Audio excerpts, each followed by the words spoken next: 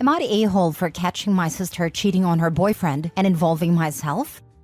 This happened months ago and still don't know if I did the right thing or not. My younger sister that's still in high school has been dating this guy we will call Chris. Chris is a smart, charming, good-looking dude, cares a lot, and isn't a douche. I didn't like Chris at first because he was dating her, and I have a hard time opening up to people. But he's a truly cool kid, very kind, gets good grades, plays sports, and was on a good path. He was a good friend as well. Anyways, I come home from work a few hours early, and there is a car sitting in my spot in the driveway. Didn't think much of it, because she always has friends coming over. I walk in the front door to see her with another guy in the living room. I didn't see much since they heard me open the door, and I looked away, but I saw just enough to tell what was going on. I walked down the hallway to the bathroom to take a leak. It's away from the living room, and figured that's enough time for them to get dressed. I get done with my business. I walk back to the living room and discover the kid who was there is someone I went to high school with. Our age gaps aren't much. I was only 2 years older than him. This kid was a freaking loser. He gets stoned every day, smokes, gets trash grades, acts like a turd in class, and makes teachers cry. Just about the biggest sack of turd you can think of in a high school kid. I asked my sister why. I started going on about how kid is a loser and that she threw Chris away for this little a-hole. Pretty much just talking crap about this bag of trash that's in my house. That little a-hole didn't like I was saying those things and said he wanted to fight me outside. I told him to get the heck out of my house, and he refused. Grabbed him by the collar and dragged him out of the house like a ragdoll and shoved him out of the front door, causing him to fall on his face. He gets back up and leaves in his car. I just gotten back from my job school in the military and was away from home for 8 months and was going to the gym frequently. I'm in the reserves, aka part-time military, so I have a civilian full-time job that's only a few minutes away from home. My younger sister is bawling her eyes out. I said she messed up, and I asked her why she did this. No response. I'm already furious at this point, but trying to keep it cool. She didn't want to respond, so I just dropped it and went to go to work on my truck. Parents got home a few hours. Didn't tell them about it. They still didn't know. The rest of the entire day I was debating on telling Chris, since I was pretty sure my sister didn't want to. Part of me wanted to take my family's side, but I felt like that wasn't the right thing to do. I called Chris that night and told him what was up. He sounded very upset and said he would just break things off with my sister, which was understandable. My relationship with my sister still hasn't healed. I've maybe seen her 4 times in the past few months. Part of it is because I travel for work and work overtime. I don't like how I was involved in this, and if it were up to me, I wish I didn't go home early that day because I do feel bad sometimes. But when I saw what was going on, I put myself in Chris's shoes and what I would have wanted if I were him. Him and I still cool and hang out sometimes. Edit. Yes, I know it sounds weird that I grabbed a high school kid and dragged him out of the house, but we did go to school together, and I had a class with him. He refused to leave the house and wanted to fight. I'm pretty sure he is 18, both are seniors. Now for the top comments. Not the a-hole. Telling Chris was the right thing to do. All the a-hole stuff falls on your sister, sorry to say. I think it's better to rip the band-aid off and move on. Cheaters don't come clean in my experience. It just gets more messy. That opportunity you give them to have a sudden turnaround in personal integrity, they instead use to weasel parents and others on side to pressure you into silence. Or they come up with some twisted half-truths and gaslight the person being cheated on. The person being cheated on is being kept in the dark, and others are being made to feel an accomplice to it. Not the a-hole. If my significant other was cheating, I'd want to know ASAP, so I could break up immediately. Cheating and lying about it for a long time will hurt way worse when they find out it's been going on and they've been lied to forever.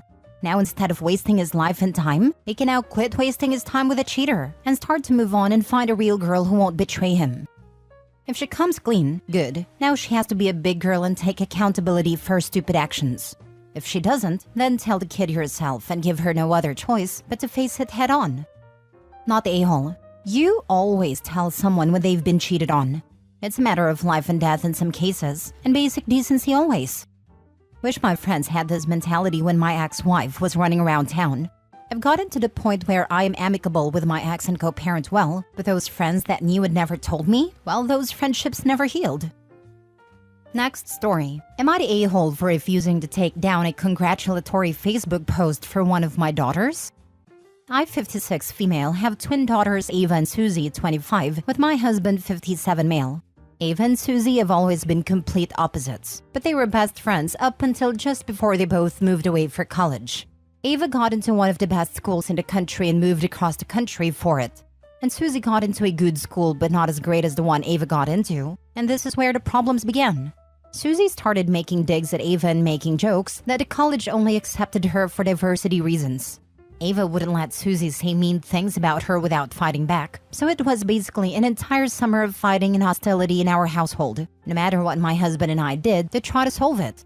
Susie's situation at college wasn't great.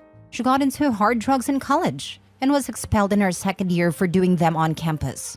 She had to move back home and go to rehab.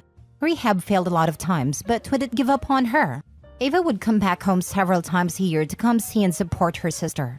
We were doing whatever we could to help Susie get her life back on track. Last year was the first time Susie's rehab actually worked for months. After she finished the treatment, and she even got a part-time job. Things were and still looking promising. She hasn't gone back to using and she's now working 30-ish hours a week. She's exercising and writing poetry and painting.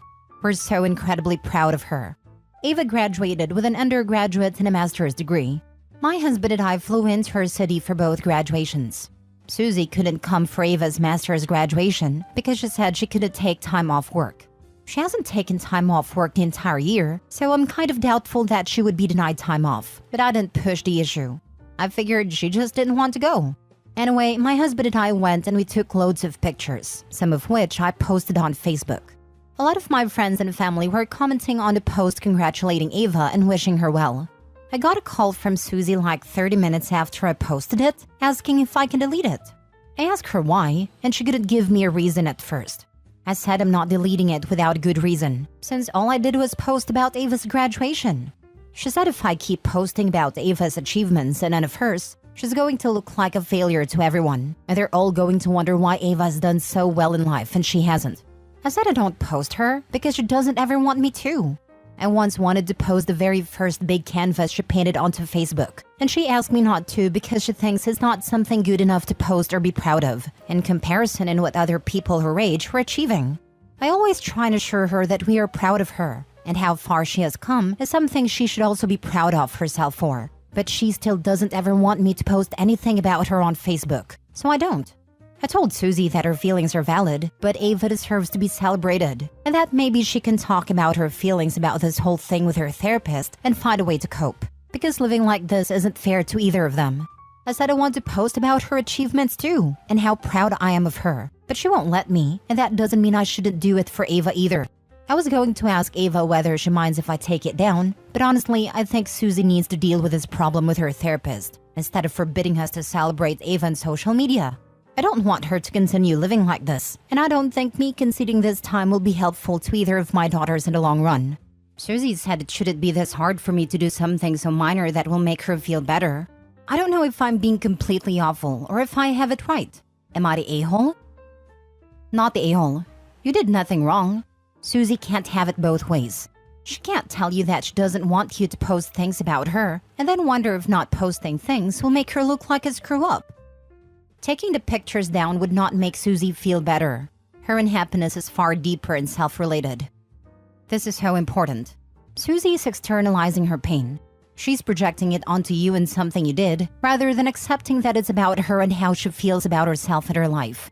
Minimizing Ava's accomplishments to make Susie feel better is not a good solution.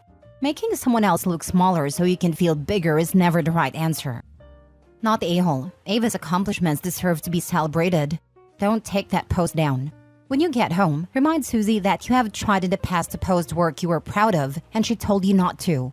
Find something to put up of Susie's accomplishments soon. Maybe a general "so proud of my daughter Susie" in the creative path she's pursuing, and run it by her. Reminding her again that you can't get upset that you only post about one daughter, while actively preventing you from posting about her. Also, I would bet all Susie's troubles have taken a lot of attention off of Ava and used up a significant part of her parents' lives, finances, and energy. Don't you dare let Susie bully you into not celebrating Ava. Well said, it is Ava's time to shine, with all the hard work she has done to graduate. Susie does not get to tell the parents how to celebrate the other daughter. Susie had a choice of her life decisions. Not the a-hole. You are completely right. She needs to work out how to cope with her therapist. This seems like it all started because she couldn't cope with her sister have more success. Instead of focusing on herself and what she needs to feel fulfilled, she focused on her sister, and it made her miserable. Her sobriety is still relatively new. She's acting like a dry drunk. That's someone who isn't using, but still is exhibiting the toxic behaviors that lead to using. She's embarrassed about not being more successful, but instead of facing those feelings, she wants her sister to suffer. She doesn't want her sister to be happy or proud, and she doesn't want anyone supporting or congratulating her. She sees her sister's successes as her own failures. As long as she is in this mindset, she won't get better. Also, she won't let you celebrate her for a few reasons. One is because she doesn't feel good enough to be celebrated. But second, she's afraid of what will happen if she doesn't live up to praise or she relapses. Again, these are things she has to work through with a therapist. She won't be happy until she starts living her life for herself and focusing on her own goals and not worrying about where she is in comparison. You handled it as well as anyone could have. Last story. Am I the a-hole for refusing to join family Christmas because my mom invited my abuser sister? I, 27 male, was S8 as a child for years by my stepfather's son, who lived with my mom and stepfather at a time. A few years later, after talking to my little sister, 26 female, I found out that he had been essaying her as well at the same time. It wasn't until the school got involved and called DHS when they noticed the signs of abuse. Bedwetting, excessive scratching, inappropriate behavior with adults. Even after being sat down with a social worker in a small room with a two-way mirror, did we finally have to tell our mom and stepdad? But there was no point. My stepfather gaslit us, saying it never happened and we were making it up. My mother, not saying anything nor defending us, ignored the situation. Until about 2 years ago, when she admitted to my little sister, 24 at a time, in casual conversation, that she believed us the entire time, yet still never said anything. It's destroyed our mental health for years, on top of the verbal abuse from our stepfather and continued ignorance of our mom. My stepfather also has a daughter, close to her brother's age. She, of course, believed we were lying trying to cause drama in the family, since we were the kids intruding her family. We didn't communicate much with her and she soon became estranged from the entire family. My stepfather continued to be a horrible person. Years later, my mom is separated from him, even living in different homes and states for years. Recently, she's been spending time with him again, despite my sisters and I being against him in our lives again.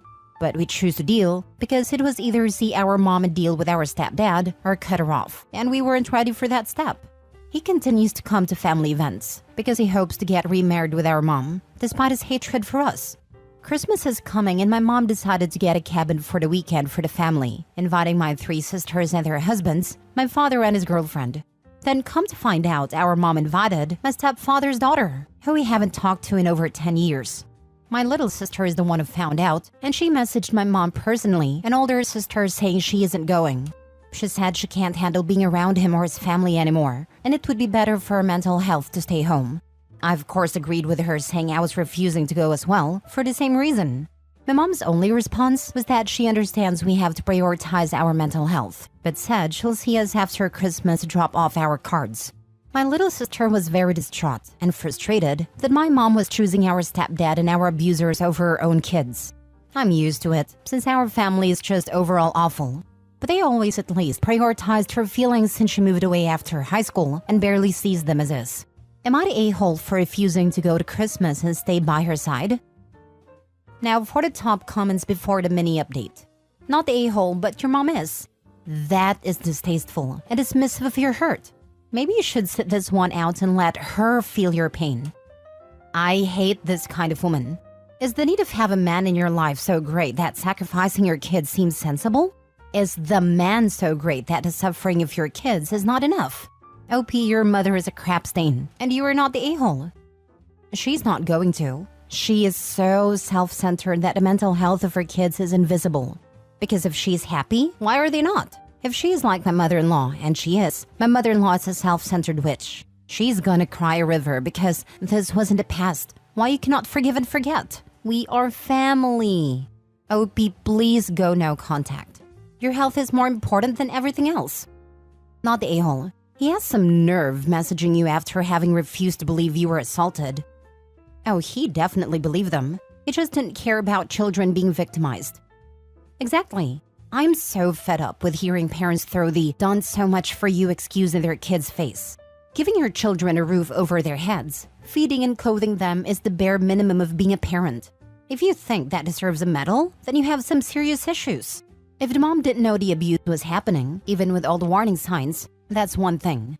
But to stay with a man who calls your children liars and is abusive to them doesn't make you a good mom. Just because they had a roof over their heads, if it wasn't a safe place for them, you are failing them. Why would the kids want to be around their abuser's family, who treated them so poorly and called them liars? That's completely normal, and mom and stepdad had no right to complain about it. Mini update. My stepfather messaged us both today, calling us selfish, and that our mom has done so much for us and we're being hateful for refusing to go. That our mom is upset about the situation. We both didn't respond and blocked him, but we haven't heard from anyone else in the family, other than they don't want to get involved.